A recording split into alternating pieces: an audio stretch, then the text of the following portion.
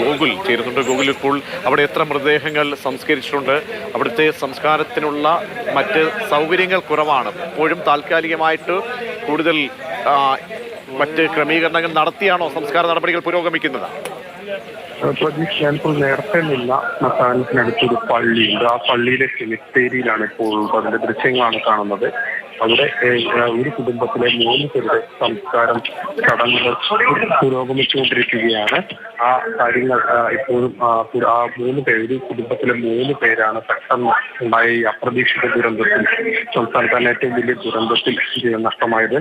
അവരുടെ സംസ്കാര ചടങ്ങുകൾ പുരോഗമിച്ചുകൊണ്ടിരിക്കുകയാണ്. ഇവിടുത്തെ ഒരു ആകെയുള്ള ഒരു കാഴ്ച എന്ന് പറയുന്നത് ഈ ഒരു നമ്മൾ ഈ സ്ഥലം, ഈ ദുരന്ത സ്ഥലം കഴിഞ്ഞു വന്നാൽ അടുത്തുള്ള സ്ഥലങ്ങളിൽ ശ്മശാനങ്ങളും ആളുകൾ ഇങ്ങനെ കൂടിയിട്ടുള്ള കാഴ്ചകളും ഒക്കെ തന്നെ നമുക്ക് വളരെയധികം വിഷമം ഉണ്ടാകുന്നതാണ്. നമ്മൾ നേരത്തെ നിന്ന ശ്മശാനത്തിന് തൊട്ടടുത്ത ഉള്ള പള്ളിയിലെ സെമിത്തേരിയിലാണ് ഒരു കുടുംബത്തിലെ 3 അംഗങ്ങളുടെ മൃതദേഹ സംസ്കാരം ഇപ്പോൾ നടന്നുകൊണ്ടിരിക്കുന്നത്. ഗൂഗിളാണ് വിവരങ്ങൾ നൽകിയത്. അങ്ങനെ ശ്മശാനങ്ങൾ തയ്യാറാക്കിയ സംസ്കാരങ്ങൾ നടക്കുന്നു. അതിവേഗം തന്നെ പോസ്റ്റ്മോർട്ടം നടപടികൾ പൂർത്തീകരിച്ചുകൊണ്ട് മൃതദേഹങ്ങൾ വിട്ടു നൽകുകയും ചെയ്യുന്നുണ്ട്. അങ്ങനെ ദുഃഖകരമായ ഒരു അന്തരീക്ഷം. അപ്പോഴും രക്ഷാപ്രവർത്തനം തുടരുന്ന, മറുവശത്ത് പുരോഗമിക്കുന്നുണ്ട്.